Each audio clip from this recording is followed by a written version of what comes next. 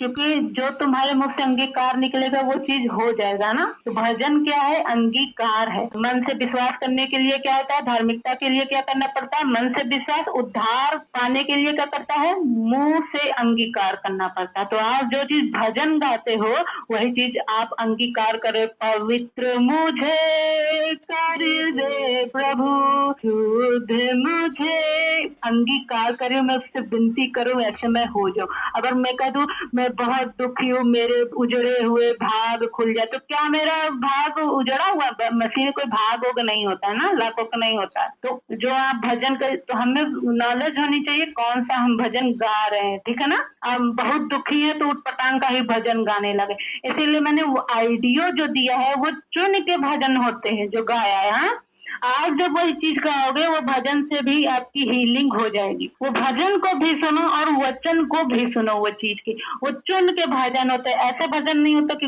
बस भजन करना है तो कोई भी भजन। आत्मा कहती ये चीज सुनना, ये नहीं, ऐसा भजन नहीं सुनना कि हमको फिल्मी गाने याद आ जाए, समझ में आना। ऐसा कुछ नहीं, ऐसा कि हमारा जीवन बदले। तो दूसरा क्या है? भजन करना। भजन सुन भी लो, ठीक है, उसी में से वो पूरा सुन लो, वचन भजन सुन लो पूरा। फिर अगर तुम क्या धीरे धीरे वही तुम्हारे हृदय में बैठ जाएगा। फिर क्या, अगर लास्ट में तुम बाइबल खोलते, ये तो मैंने लिखी, फिर क्या लिखना है? परमेश्वर की इच्छा। क्या लिखना है? लिखो सब, अगर कॉपी हो तो। परमेश्वर की इच्छा, प्रार्थना में यही चीज। क्या तीसरी क्या करना है? परमेश्वर की इच्छा में होकर प्रार्थना करना है, पर जानना है परमेश्वर की इच्छा क्या।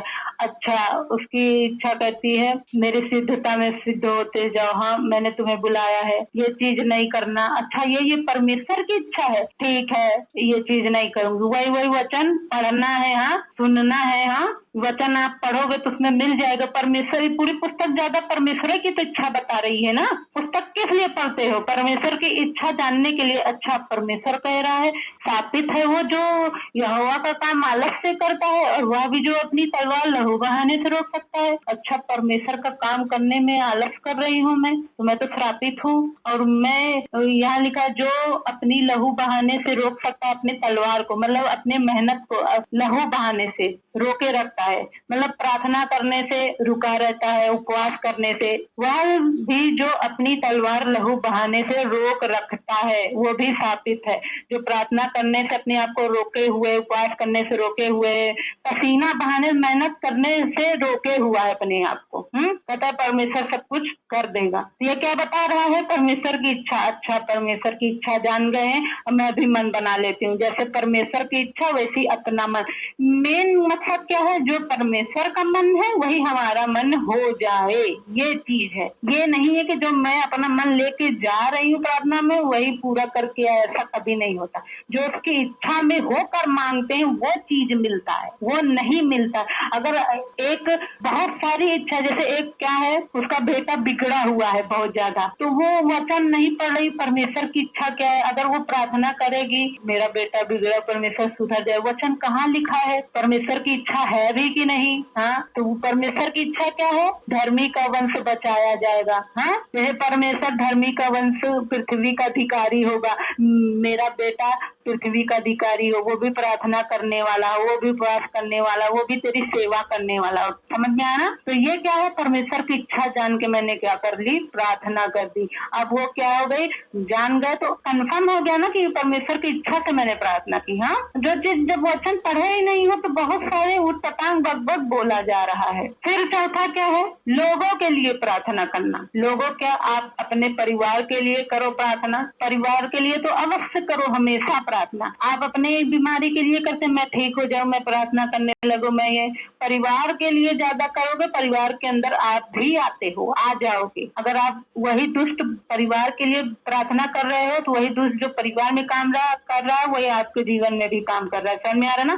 तो परिवार के लिए करोगे तो वो दुष्ट परिवार से निकल जाएगा, तो आप भी उसी परिवार के अंदर आते हो। तो आपका चाहे जितना उपवास कर लो, प्रार्थना कर लो, कोई काम का नहीं, क्योंकि जो अटैक परिवार के ऊपर वही आपके ऊपर आना है। हाँ, क्योंकि एक ही जड़ पेड़ के हैं। हाँ, ऐसा हो नहीं सकता हम अलग हो जाए। तब वो होता है जब वो हमारी इच्छा नहीं, बहुत प्रार्थना की, बहुत परमेश्वर पे छोड़ देते हैं। वो अलग बात होती है, मगर हमेशा करना, क्योंकि हम भी उसी परिवार के अंदर आते हैं। ये ना सोचे कि वो नहीं करता, मेरी बात नहीं सुनता है। वो नहीं सुन रहा है तब भी तो वो उस पर अटैक हुआ, वो तुम पर भी होगा। हाँ, क्योंकि तुमने प्रार्थना नहीं की, तुम भी उसके परिवार के अंदर आते हो। तो लोगों के लिए प्रार्थना करना, लोगों मतलब अपने परिवार के लिए। लोग के अंदर बहुत से लोग आए, लोगों के अंदर मतलब अपने लिए भी उसमें शामिल कर लो कि लोगों से मैं बचे रहूं। बहुत से भरमाने वाले भी होते हैं। ये ऐसा वचन नहीं, ऐसी इच्छा नहीं। कुछ मनुष्य को खुद पूरा पूरा वचन स्वीकार ही नहीं करते। अगर वो कह रहा है लंगर प्रसाद नहीं खाना,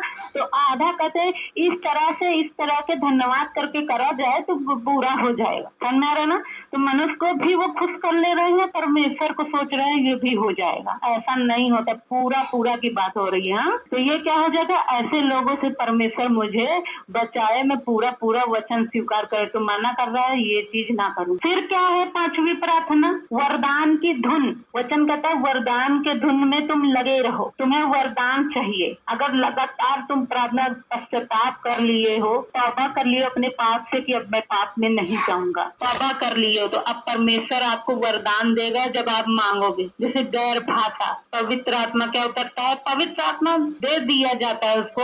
ये एक निशानी है। मेरे अंदर चाहत थी कि गैर भाषा मिले, इसकी बहुत ज्यादा। जैसे मैं कहती ना, उपवास करो, प्रार्थना करो, यही। जब जिसके पास वरदान नहीं है तो क्या वो बेचारा ऐसे ही निर्बल रहेगा? नहीं, उसके पास भी ताकत सबको बराबर है। अगर तुम उपवास, प्रार्थना, दशनाम से जो चीज तुम कर सकते हो, ये चीज वरदानों में पूरा करने में लगे रहो। वो जो असली वो वाला देगा तो उसको बढ़ोतरी कर पाओगे। फिर क्या रखनी है, पर्सनल प्रार्थना करनी है। छठी वाली लिख लो कि अपनी चाहत रखनी है परमेश्वर। क्या रखना है? छठवीं प्रार्थना क्या होनी चाहिए, पर्सनल प्रेयर, खुद के लिए जरूर करो। छठवीं प्रार्थना क्या होनी चाहिए, खुद के लिए। हमारी चाहत क्या है, हे परमेश्वर तेरा वचन तो ये कहता है परमेश्वर, मैं भी ये चीज को मानना चाहती हूँ परमेश्वर, लेकिन उसको बदल परमेश्वर। मेरे घर में ये चीज सुधार लाइए, बिगड़ा हुआ है बेटा, ये बेटी, ऐसे मुझे हस्बैंड चाहिए, बच्चे ऐसे होने चाहिए, मेरा परिवार ऐसे होना चाहिए, प्रार्थना करने वाला भी मुझे होना चाहिए मेरा परिवार। ये तुम्हारी चाहत होनी चाहिए। फिर आपने ये लास्ट रखी,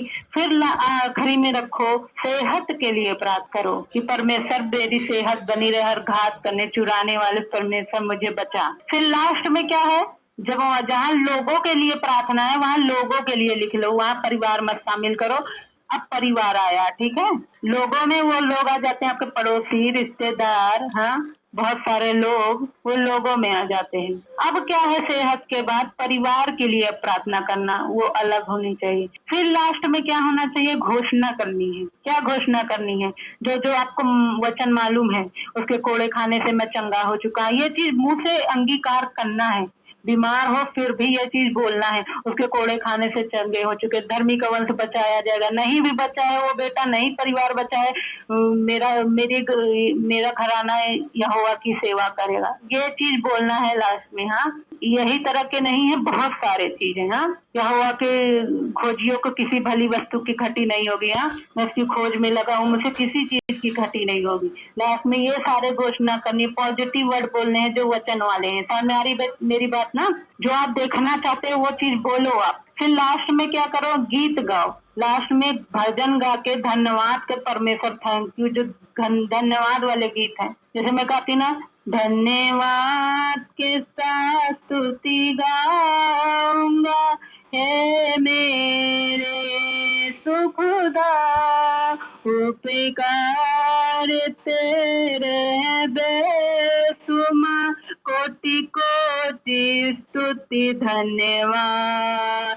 योग्यता से बढ़ के दिया है अपनी दया से तूने मुझे, मांगने से ज्यादा मिला, आभारी हूँ प्रभु मैं। हाँ, जो आपने जो प्रार्थना की है उस सब के लिए थैंक यू, धन्यवाद। हाँ, ऐसे गीत गाना, धन्यवाद की बहुत सारे गीत है ना आपके पुस्तक में लिखे हुए। धन्यवाद की आपने मेरी प्रार्थना सुनी। हाँ, जो पर्सनल प्रेयर करी, अभी जो बताना लोगों के लिए किया, आप उसे सुन चुके हो। हाँ, ये क्या होनी चाहिए, आप रोज क्या करो, इसे डेली प्रार्थना में शामिल, ये कि लिखो ही नहीं, ये जो रोज प्रार्थना करते हैं उसके लिए है, ये उसके लिए अगुवाई है कि अब क्या करूं, अभी तक इन्होंने सिखाया कि बस भजन करो, ये चीज करो, जो रोज प्रार्थना करते हैं उनके लिए ये है, एक्स्ट्रा बढ़ता जाएगा। हम दूसरा इतिहास 20 का 20 में वचन लिखा है,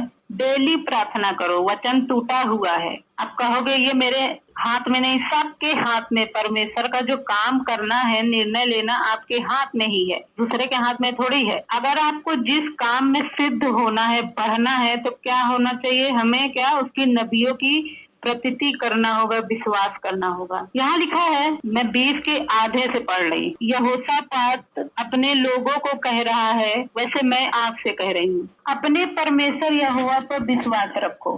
पहला चीज है, अपने परमेश्वर यहोवा पे क्या रखो, विश्वास रखो, तब तुम स्थिर रहोगे। कैसा विश्वास, अगर मैं कहूंगी आपके ये काम 1 महीने बाद होने वाला है, आप फिर क्या देखने लग जाओगे, अरे कहाँ यार। अगर मैं आपसे कह दूं आपको एप्पल का फोन मिलने जा रहा है 1 महीने बाद, आपको फोन की जरूरत, परमेश्वर बेस्ट देता है, आप अपने पैसे के हिसाब लगाने लग जाओगे। आपको कहाँ, मेरी कमाई तो है 5,000, इतना इकट्ठा करूंगी तो होगा 2 साल में इकट्ठा, इतने में तो मेरे घर का। अगर मैं यही चीज कहूँ कि परमेश्वर तुम्हारे लिए करने जा रहा है, तब तुम, आपको क्या हो जाएगा, विश्वास हो जाएगा, हाँ परमेश्वर के लिए कोई काम कठिन नहीं। आप विश्वास कर लोगे ना आसानी से कि हाँ मेरे लिए होगा।